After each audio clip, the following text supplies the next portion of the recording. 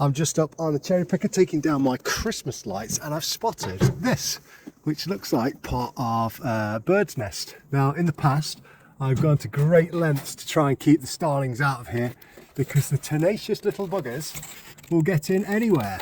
But just looking around here, look at that. I've missed this little hole there, and the little buggers are getting in there and nesting. Just goes to show you cannot leave any space for them. They really are tenacious, little chirpy, lovely little creatures. I do like starlings. Honest. They're all right. Crack on.